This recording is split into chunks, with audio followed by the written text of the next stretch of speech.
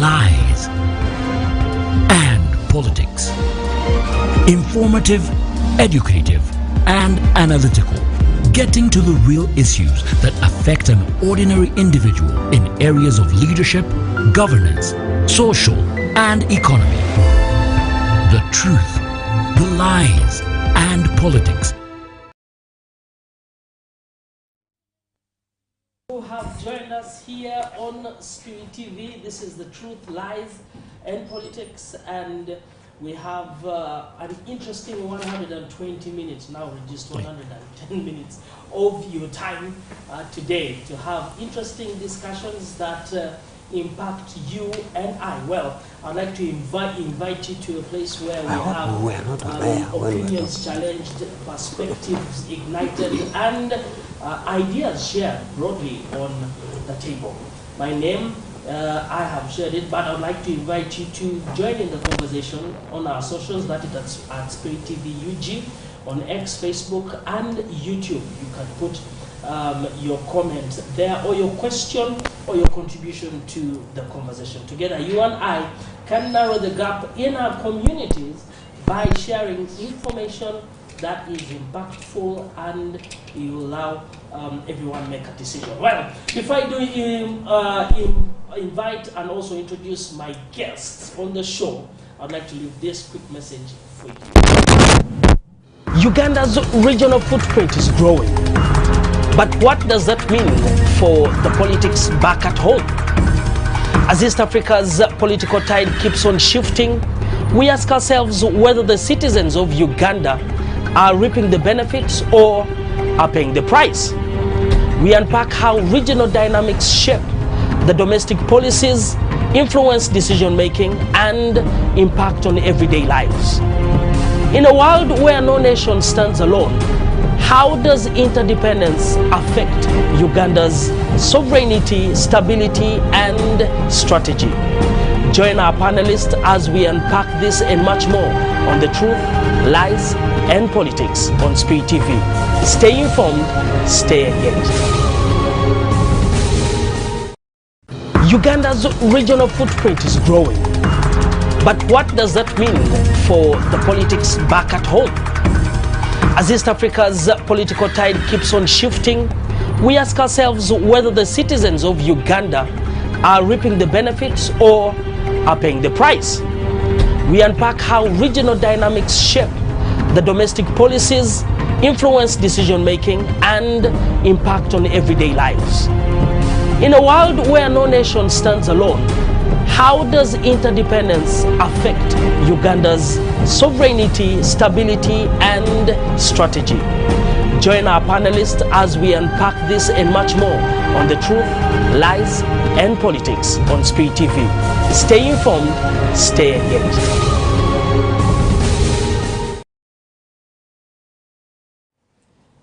Welcome you back to The Truth, Lies, and Politics on Spirit TV. You can catch us and also share with the rest of the world.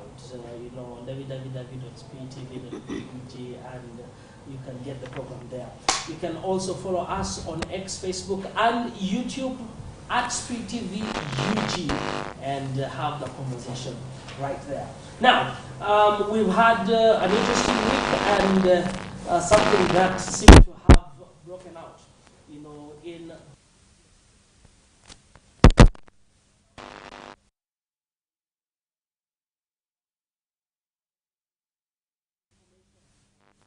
and it is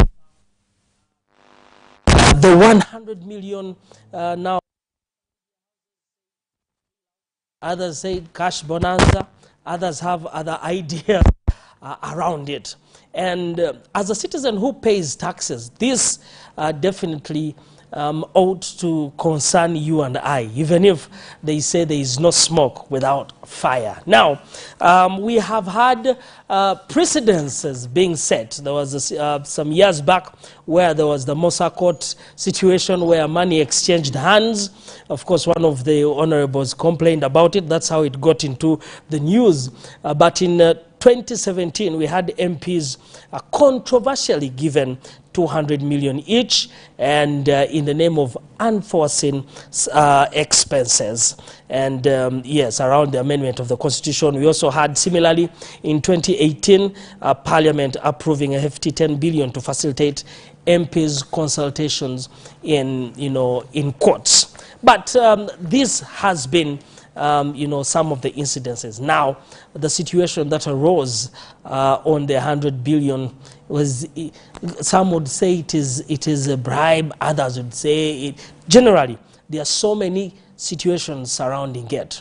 And so we even had the leader of opposition making mention of it on his X page. But to get into, briefly before our conversation, I would like to, just introduce to you the guests that we have on the show. Right next to me is Mrs. Perry Aritua, who is the ED Uganda, the ED Women's Democratic Network, Uganda chapter. Next to her, good evening and welcome to the show. Good evening, Kenneth, and thank you for having me. Thank you very much for coming back to The Truth, Lies and Politics. All right. Next to her is a gentleman who I almost thought took a hiatus on the show. But we know that he has been a busy gentleman. Major Wich Polar, who is the Director, External Affairs, NRM. Good evening, sir, and welcome to The Truth, Lies and Politics. Thank you so much. When you say major, remember to put retired.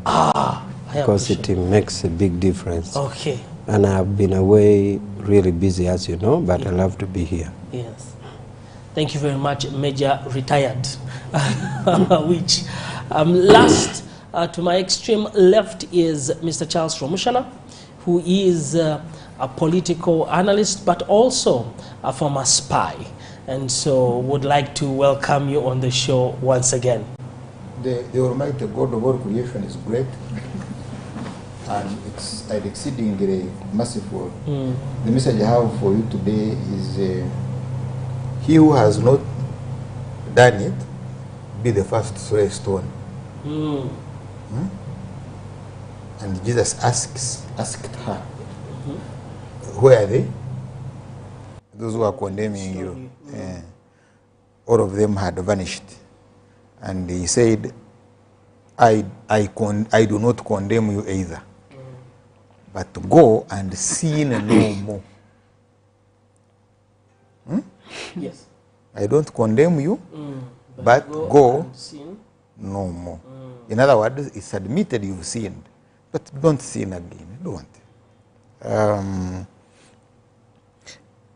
So it's extremely very critical that for us who have got logs in our eyes, we should not see the specks in other people's eyes. Thank you very much, Charles, for reminding us to look inward and not outward with our sin. Thank you very much. Now, before we jump into a conversation on, regional politics, influencing and impacting our own, policies and economics and that man who lives daily on, within the city, I would like for us to just have a word or two on the whole conversation that is in the news, or that is in the papers, the media, around the 100 million cash bonanza, bailout, whatever term they would like to give that to the honorable MPs. I know that very in the category of CSO. Just your thoughts. Thank you. It would not be the first time if it has happened, because right now it is an allegation, but it comes at a time when we are grappling with a number of issues. Kampala has just had floods. I'm hoping it doesn't, the rains don't come as much as they did 2 weeks ago, because the need for money on very critical areas is really, it's like we need money like yesterday for many of the areas, including Kampala. And of course, there are different issues which are known to members of the public that we grapple with as a country. Yes. The quality of education, our health, there are a number of things that we could make use of that money, which allegedly has been given to MPs. But it would not be the first time because we have had these conversations, you know, they start as rumors and then with time they are proven true. So I think it's really critical for the MPs to come clean, because we are going into an election. And why I'm saying it's important they come clean, their opponents are also waiting and the public is watching. And you know, these days the public is a bit more informed than how it was a few years ago. So when a person who is, you know, going to a health center and not finding drugs hears that a member of parliament has gotten 100 million MPs, I mean 100 million shillings. And this is not only one particular political party. Exactly. 529. It's a lot of money. Yes. So then, and you see, that then brings the conversation on why at times the public makes personal demands on the MPs. Because they are saying, look, if you have all this money, then you need to sort out our problems. Because if the health center is not functional because maybe there are no drugs or there are no health workers, then they are going to make a call to you. And for me, actually, it puts the MPs in a very critical situation. They really need to come out. If they have gotten that money, it is going to be, I think it is actually a sword. Which they may, yes, they may not be seeing it. We have a few months to the election, and the demands are going to increase. In fact, for me, I would have thought they would focus more on saying, what can we do to appease the public in terms of service delivery, so that the focus is not on you, who is alleged to have, you know, got that money, but it's more on the executive, where taxes are supposed to be where taxes are given and services are supposed to be gotten. So it is a double-edged sword. Interestingly, when you talk about that, I think one of the reasons given was for what community mobilization for the uptake of government programs, something in relation to that. That's not their role. They can do that in their day-to-day work, because there are other structures of government for community mobilization. That's why we have local government. That's why we have LCs up to LC1. Actually, the LC1 is where this mobilization exactly. That's where if they say, if it is proven that they got it, that is where the money should have gone. Any mobilization starts at the village level. In fact, if I just give an example, in the update exercise, where most LCs didn't even get money, where I come from, they actually did a commendable job. They were using the community these loudspeakers to tell people, this is happening on this day, please go and update your details. So for me, if money is to be given for mobilization, let it go through the structure which starts from the village, which is the LC1. All right. Thank you very much, Perry, for your thoughts on that. I will go to Major Retired. Yes, yours is the biggest political party in in Parliament. Your thoughts, and you represent them. You're the external, Director External Affairs. Actually, that is my point of departure is because the original information that was coming through was that money had been given to members of the caucus, NRM caucus. Now, if it was money for the caucus, we would possibly explain, because as a party, we have our sources of funding. You will see that during the campaign, the party will use a lot of money for party activities. So we have our funding, and we always get money for caucus. Now, a caucus is an organ of the party, just like you have the NRM Youth Wing, Youth League, Women League, Disability League, and all that. Now, if we have a party activities, and indeed last week we had a caucus meeting in the Prime Minister's office, which I attended, because as I said, a NRM parliamentary caucus is an organ of the party under the party constitution. So if this money had been paid to the caucus members as we originally got the information, that would be perfectly right. You would only explain the party for their source of funding, which we have. Anyway, and we have been paying caucus meeting for a long time. Now, if it turns out truly that the money is given to members of parliament through parliament itself, then the question is, how does parliament get that money? And at this time, because remember, there was a money given to the commissioners. There was money given to members of the commission. It even reached litigation. And the ruling in that case was that it was properly appropriated. Planned for. But the court held the accounting officer for wrongfully giving. And the court said he was personally supposed to be liable. Now, if in the other case court proved that there was proper appropriation process, so if Parliament now owns this one, how can they say there was proper appropriation for this one? So if the only money that can come to Parliament without proper appropriation is the caucus money. Yes. So is it caucus money? Well, if it is caucus money, then the party can explain, because the party has its sources. So, but if it is parliamentary money to oppositions and all that, then the parliament should come out clear to explain the appropriation procedures. How was it reached us? Just like the other one for the commission, which ended up in court. In court, yes. So you can see that is a little unexplained. And of course, for us, we would say sometimes even us who sit in caucus would benefit. I mean, would benefit. So if it was a caucus money, personally, I would also, since it is our party money, I would also be happy to get as a caucus member. But it looks like now it is not a caucus money.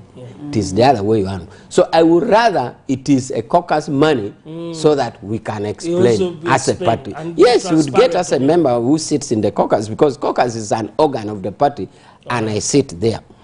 But if you look at it on a moral point of view, we have been struggling with the issue of PDM. Yes. And PDM we have been giving is it 100 million or 1 million? 1 million per parish. Per family, per household. Per household. It's 100 million per parish. 100 million. So this means you would have 100 households in that constituency. That means if we decided to give that to a constituency, that is 100 households, and that could be very reasonable impact. But anyhow, now the point here, in my opinion, is that was this money given to a movement caucus, or was this money given to Parliament? If it is given to Parliament, how do we compare it with the money given to commissioners, where court sets out that normally money in Parliament should have clear appropriation procedures, and the trail should be seen. So it is neither here or there, and we wait to see. Maybe for now, to answer on the caucus point of view, our finance procedures or the chairman will say something if it is from the caucus or if it is not. But even now, we have not yet come clear. Was the money got? Was it not got? Interesting, and I think you, Major Retired Awich for that.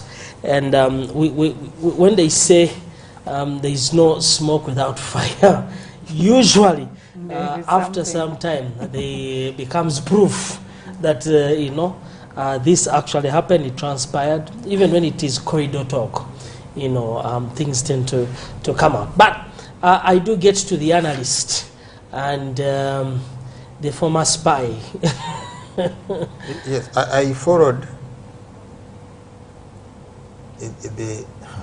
I shouldn't call it the fraud in the Bank of Uganda, but that was not fraud. What was it? Because they got their money anyway. It's their money. It's no longer public money. Bank of Uganda is not a facility for the public. It's their caucus facility. So they did their transactions, more especially I think on the account that deals with debt management, and moved the money in a criminal fashion, like criminals, but I don't think these ones were criminals because they are a state. What is interesting in it is the whistleblower, because the whistleblower is part of top management of the state. Interesting. Yes, so my interest in that fraud, if you call it a fraud, but I'm reluctant to call it a fraud. It is how they get money anyway. My interest in it is why a member of the top management became the whistleblower and pushed hard for the story to be run in the media. So even in this, my interest would be the whistleblower. Who is? No, not who is. Why they blew the whistle? Yes, the whistleblower, that's where my interest is. Okay. Maybe it's morally clean. Or maybe No, they refuse him the money. To deal with. No. You see, there is nothing like morality in the NRA. there is nothing like morality. Retired when it comes to morality. Anyway, yes. Why do you think he's emphasizing maybe? There is nothing like morality there. Two, there is nothing like, because you see, you can't look at, you shouldn't be focusing on that parliament from the point of view of hygiene. It's very untidy. Because with it, you deal with beheading kids. That when they are going to do an election for management of that parliament, they do witchcraft, but by beheading children, kids. You get. You want me to give you the incident? When they sent a gift to the speaker, then Kadaga, of the head. What? They beheaded the kid, but the head, not the trunk. There, do you have the results of the investigations? So it reached, and they made sure it was publicized. So the whole thing was not about the delivery of the head. The whole thing was about headlines running it. Because that's how that witchcraft works. So that is that house. So therefore, do not look at it from the point of view of morality, of hygiene. Now, in this case, you need to look at the basic structure doctrine. All right. The basic structure doctrine looks at the pillars of the Constitution, which, if changed or abused, the Constitution collapses. All right. Now, and one of the pillars is the integrity of Parliament. Because when we were making that Constitution, we ensured that Parliament became the central pillar of constitutionalism. So it's supposed to protect that Constitution, and it's supposed to check the excesses of the executive. So the President cannot dismiss Parliament, or even a member of Parliament, but Parliament can dismiss the President. So now where you are is that the President bribed the Parliament. All right. And the second one, Parliament received the bribe. Parliament, which has powers to determine its salary and emoluments, right, stoops too low as to receive a bribe. Then the third one, but now for this Parliament, denying. Because you see, the news in this is that Parliament denies. Doesn't accept. That's the news. Because you see, this Parliament is synonymous to corruption. You get? So it shouldn't be in denial. When it denies is when it makes the news. Yes, because it cannot assume to be clean. That is why most members of Parliament, including the head of the budget, yes, are on trial. You remember? Yes. Yeah, yes, they are on trial. Actually, they were soliciting for bribes from the Uganda Human Rights Commission, and they were set up by the president. Let me talk to you. Yes, sir. That Mr. President, Yoweri Kaguta Museveni, sat with the one who is supposed to be checking him on human rights. Because at no stage should he even be in cohorts with the chairperson of the Uganda Human Rights Commission. Absolutely. Because he's supposed to check him on the conduct of the state in observing human rights.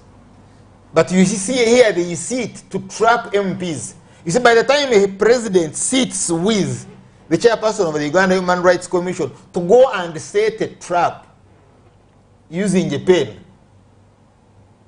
You get, and they say the trap succeeded, and you have members of parliament on trial. Forget about the MPs who are on trial for stealing iron sheets. They are also members of parliament.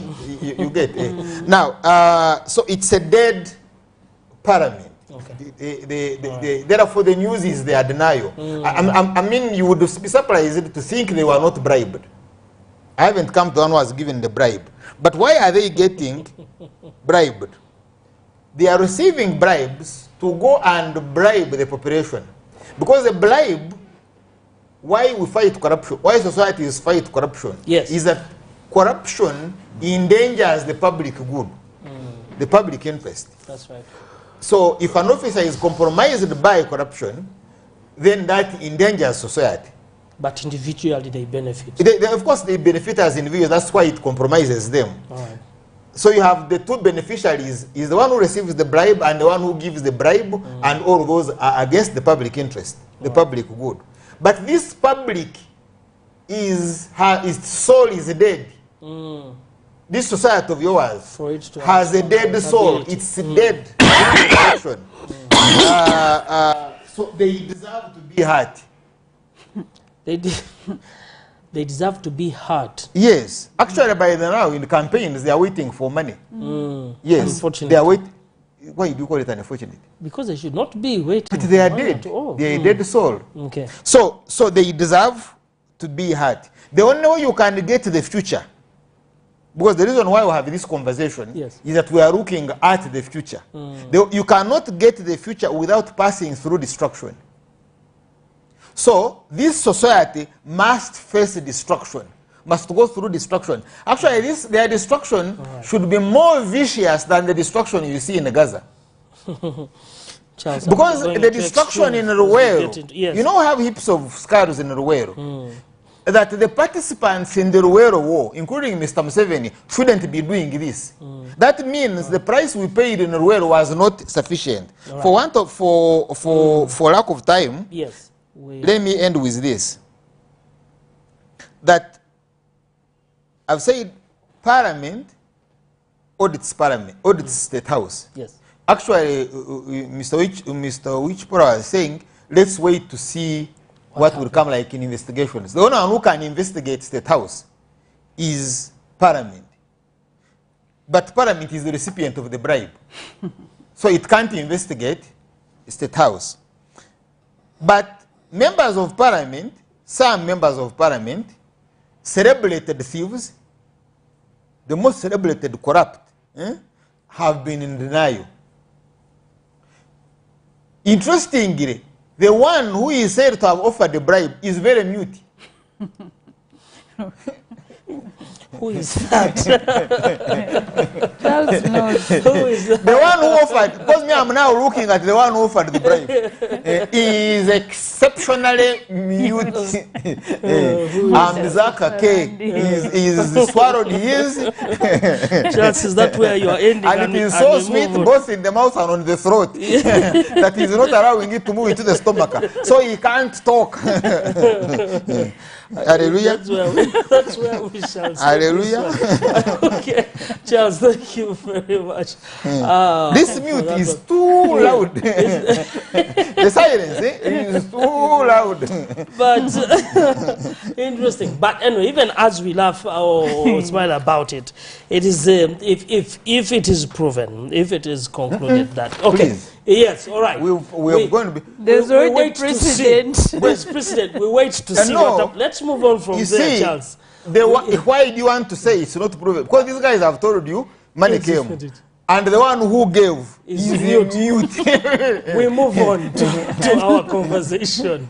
Now, my dear guests, all right, we have the East African community, and it has about 8 countries within there. And there's been so much that is happening within, each of these countries. We talked about major, I think the ones that have been a sore thumb, the most recent one has been what is happening in Sudan and in South Sudan. And also DRC. And also DRC. A few months ago, there was a situation in Kenya, where there was an uprising, and that also affected us. I think Mans... There is also Somalia. Yes, there's also Somalia, yes. Mans, before that, we had border closures with, you know, our neighbors. You know, and there's been so much happening. But I think I'll start with Perry on this one. When you look at the region, how do the regional politics influence Uganda's, you know, our own domestic policies and also the decision-making processes? Then we shall castigate it to the different regions. Okay. We'll start from there.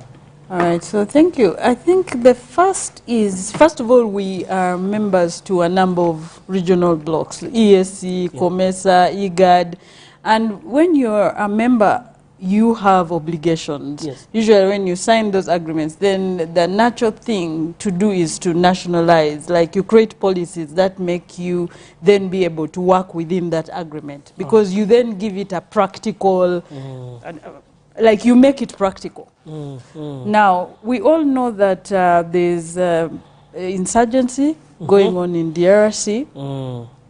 Sudan recently has also is also going through something. So our security and regional stability is actually is affected by our neighbors, because currently the last statistics by UNHCR showed we were hosting around 1.6 million refugees, but that number should have gone up, because by last week and the week before there were a number of refugees coming from both countries to Uganda, from DRC and Sudan. Which areas of DRC? The part of Goma and those areas where there's insurgency. Down? Yes. Chisoro? The latest area, the Goma, and there was also Bunagana. They were mentioned in all those areas. Yes. So you have a latest influx as old as 1 week or 2? I think it's either maybe 2 or 3 now. It could be 2 or 3. But the influx of refugees, and the funny thing, some of them are actually crossing and going to West Nile. Because that's an area which they know quite well. Yes. One of the things UNHCR was saying is that when they would check the system, some of these are not like new refugees. It's like they went back, but because the situation has become volatile, they have come back. So that means that we have a role and we have played a role as a country in terms of, apart from hosting, but also trying to mediate. I know, like in the beginning of this month, the president was in Sudan, trying to again broker peace between Riek Machar and Salva Kiir. The two factions again went to war. So first of all, as I said, it affects our security and our stability, because when they are not stable, we are affected. Host communities get affected because they then have to continue hosting more numbers. And then at times there's also complaints about the climate and things like that. But because we also signed these agreements, we have obligations. For instance, when it comes to the River Nile, there are those environmental and natural resource management. That's why we are part of the Nile Basin. So you cannot just wake up and say we are going to construct a dam. Because the River Nile, for instance, goes through so many countries. So we are affected because we are part of these agreements, in that you at times, and you see at times you hear people saying, but we're a sovereign state. But you see, even when you're a sovereign state, the challenge is when you're part of these agreements then you cannot operate as if you're alone in this. Then, of course, I think for the benefit of Ugandans, we are part of the trade. Some of these blocks that we belong to, I think a few months ago there was a concern we hadn't paid up our membership. Yes. Also on especially on ESC. That's the ESC, yes. Yeah. Interesting. And of course, there have been benefits. For instance, if you look at the trade, because we are part of this regional integration, you know, we then benefit from, you know, where there are no tariffs, you're able to trade, you're able to move labor from one country to the other. But you know what is interesting, just from the case of Dr. Kiza Besigye, when the Honorable Martha Karua was trying to get a license, that tested what regional integration is, because ideally Kenya is part of EAC. We should not be giving our neighbors a hard time. But that, for me, what also that showed that the politics in one country can have an effect on the other, because this whole case of Dr. Besigye began in Kenya, you know, but there were all the politics around it also then affects us. Then the other thing is also we have you know, like Tanzania and Uganda are supposed to enter this whole thing of the pipeline. Yes. I mean, if it was successful, it would be a gain. Because then there is ease in terms of how the oil moves, and, you know, that should be a gain. But of course, there's also the climate issue. That's why you found people saying, look, have they done proper visibility studies? So it's like you give and then there's a take. You are in this block, you have your interests as a country, but at times you have to cede some of those interests. And that's why at times you see some of the alliances changing. You mentioned the issue of Rwanda, you know, especially during the time when there was that closure of borders. I mean, it affects ordinary people, and that's the thing why for Africa, I always wish there was more openness in terms of how we travel, in terms of how we trade, because there are benefits that when you enter your neighboring country, you don't need a visa, you can trade, you can benefit. That happens for some countries, but I think on the bigger part, you need a visa, you need... Exactly, and those are the disadvantages, Africa, yes. because we are not too many. If the borders were open, you're able to benefit, but for it to work, the systems must work. You know, the regulations cannot be different in different countries. And I think there was that case, I don't know, it happened a few years ago, where Kenya was denying Uganda the opportunity to sell milk, the opportunity to sell eggs, and yet you're saying you're part of this integration. It doesn't make sense. The downside is at times we also learn the bad things that happen in one country. For instance, Uganda doesn't have term limits. The rest of the Kenya has term limits. Now, how do you talk about political integration when there's no similarity in terms of how you do your politics? It has an effect. And recently, when Kenya was having the whole uprising due to the tax, you know, Ugandans were saying maybe this is something we can learn from. So you see, it has its good sides, it has its bad sides, but for it to work, you must be able to nationalize these agreements so that they make meaning for the ordinary people. What I don't see happening very much is just information. For instance, when Uganda is part of the IGAD, what are the advantages for the ordinary Ugandan? Do we even understand what these agreements are? I think we have not invested much in terms of making these agreements simple and also making the ordinary Ugandan understand that this is what we have signed, this is what we gain, this is what we may lose, but the bigger picture is ABCD. I think for me that is the disadvantage. But on the whole, I think it is good to work together. All right. So before I get to Major Retired, so from your view, are the citizens in Uganda reaping some of the benefits, or we're actually paying the price?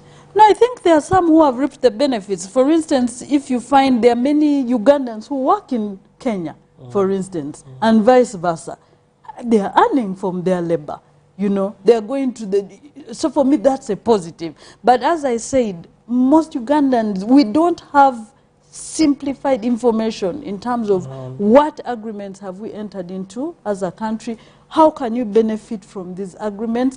But we have also seen that even when we enter these agreements, at times you still find countries having tariffs. You know, that's why I gave the example of Kenya, where they're saying we are not allowing your milk, we are not allowing your eggs, and yet we are part of the East African community. It doesn't make sense. You know, it doesn't make sense. So for it to work, you need more ownership of the population, and you can only do that if they understand, you know, these policies and they understand the agreements. And also I think for me, in terms of where Uganda has played a big part, is really offering refuge to our neighbors. And that's why the countries that surround us, we must find a way of ensuring that they are peaceful. Safe, so peaceful. And that's why for me, for Sudan, really, they have been postponing the election since I don't know when. 2024, they moved it to 2026. You cannot have stability if there's no certainty in terms of governance.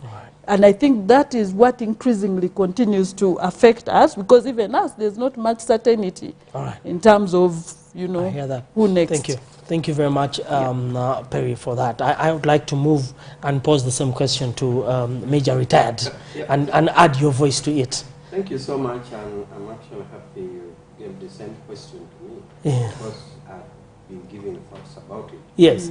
To answer this question, it is good for our viewers to understand maybe the types of regional setting or the layers of regional settings. Okay. When we talk of in terms of region, the first one is the East African region. We are talking, like my sister mentioned, IGAD, but even African Union is taken as a regional matter. But it is also good at this point for the viewers to understand the rivers of region. The rivers of region, we would be talking of, say, the global politics, which is by United Nations, say, Commonwealth, or non-aligned movement, or even matters which are far from us, like Russia-Ukraine war. Those are what you would call global matters. Okay. Now, also, it is good to factor in here national matters. So you have now, for the viewers, 3 settings. We have the national sovereign matters of Uganda, we have regional matters, and you have global matters. But now, for this purpose, we are interested in how do these global settings that we have said affect Uganda. Yes. And it is good for our viewers to know, because somebody may be living in a comfort zone to say, I don't care what happened out there. It doesn't affect me. We can be a piece of an island of peace, and we can continue to live in peace, in isolation. We don't care about them, or they should leave us alone. It can't happen. We are living in such a dialectical relationship that what happens out affects us, and what happens in affects them. And that is why it is worth to have this discussion. Now, most of the regional activities are codified. They are written down in terms of charter, like the East African Charter, the AU Charter, and then you have IGAD in terms of the agreement. So these regional organizations are codified down in what they do. Now, the other important thing to note here is that how do their politics play out? The politics in the region play out in the individual countries acting, but also in the unified decision-making of these organizations, including organizations which have parliament, like the East African Community, and the African Union, which actually is a decision-making. So that is how actions in these regional bodies come out. So it is crystallized, therefore, into either sovereign states or decisions of these organizations. Now, how it affects or how it is manifested in Uganda is in various ways, including legislation. You would know that under jurisprudence, under the science of law, when a government is taking a legislation, you take into account laws that you are already bound by international. For example, we put it even region. Take, for example, if Uganda has ratified convention on the child to say a child is anybody below 18. So you can't therefore make a law to say a child is somebody below 15. Because you ratified. Well, we call it domestication. You are domesticating the other one. So you clearly see that even in our legislation, regional politics play a role. So it plays even in the laws that we make. Even in the case of judiciary, you will realize that at one point... just one thing. When it comes to legislation, I remember there is a legislation that got us into trouble with some of the international, you know, the one on the LGBTQ and the rights and all. Where does a country then stand on its own to say, this is how we want it to, you know, this is how we want to legislate on, you know, our own affairs? Because of that, I think we even had aid withheld from us. We had repercussions. In this sense, where do we stand? Where does that come to play? Well, that one is a standalone. The other one I was giving, for example, is if you make a law, say contrary, like I give the specific clear-cut case, like Uganda sits to make Children Act, or you introduce a children bill in parliament, which if passed becomes Children Act. Should you pass that law and you say a child is below 18, even it would be in clear violation of what you have violated. You have violated the Convention on the Rights on this article, which you have already ratified. But the other one was really a very debatable area.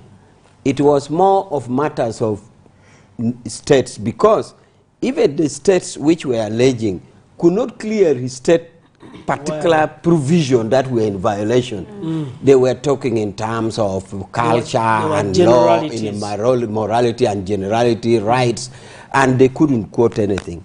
That one lives in a domain of its own. But still, you can't ignore that it is not a global matter that affects us. If we were discussing this topic on how international politics affects us, that would indeed come. It would indeed come. And it would indeed come with or without any violations. It is raised. It is a matter. It affects us. But in this case, what I was saying is that in regional, in the terms of legislation, because ideally states are sovereign to pass their laws, but you can see that that sovereignty is juxtaposed by regional commitments that you have already made. So I just wanted our viewers to know that even in areas of legislation, region affects us. Even in areas of judiciary, for example, we have known for a fact that for some time, the East African community made a provision that if we are to have this community, our judiciary should have the 3 layers of court of record. That is High Court, Court of Appeal, and Supreme Court. It was only Uganda for a long time which had the 3 layers. Kenya had stopped in High Court and the rest. But right now, in principle, because of regional politics, even our judiciary is affected. All the courts have now raised it to the other layers, up to Court of Appeal, Supreme Court. But you also know that in the regional thing, you have the court, the East African Court. So it means, therefore, that even our justice procedures is affected by the regional politics. Then, how about production? You would ideally think that you're free to produce and do what you want. But you know that our production is affected by regional politics. For example, if somebody knows I have freedom to sell my goods, and therefore you'd look at a larger market. You'd look at a larger market, you know, if I produce maize, I will sell it there. So you can see that even the decision for our production is affected by regional politics. But likewise also, the prohibition of somebody to prohibit yours contrary to regional freedom also affects you, because you'll say, hey, I had intended to produce my maize to sell in Kenya, and I had hoped that because of the regional integration, I was going to sell. But now I have been stopped. So you can say that even our production, even with the sovereignty, production is affected and determined by regional politics. In governance, for example, at the regional, if you take African as a region, because at a continental level, we are still dwelling on region. Now, in African Union, there's a procedure called peer process. A peer process is supposed to have, say, 4 governments or 5 governments to peer-rate Uganda. Or even you have 5 presidents to peer-rate President Museveni to say, hey, colleague, you are brothers, we are here to check how your system is working, how you are complying. Because that procedure is set with a view that you have equal peers, you have equal colleagues who are supposed to check your system. And it's supposed to be such a system that states are volunteered. It's like one of you here, and I said, hi, Ramshana, and please come and see me. Is my shoes police? I'm here for you, and I will take your comment in good faith. And actually, it was a very good example. So, yes, that's why I told you, because I worked in... So you are peering. But is it polishable? Yeah. So the thing is, even at a regional governance system, there's many procedures. But has that been applicable in our country here? Do you see it happening? Now, I'd like to ask to stop right there, and we'll continue from there, and then we'll hear from Chance and then get back to Perry. All right, we're taking just a quick break. And yeah, have you seen this applied to us here as a country? Or rather, our, echelon of wisdom, or the whom they call him. He's the one who takes everyone. The fountain of the honor. Fountain of honor. Basically, everyone just listens to him. But this is The Truth, Lies and Politics, and we'll just take a short break and come back. Do leave your comments in our socials. That is at Speed TV UG on X, Facebook, and YouTube. We would like to hear from you.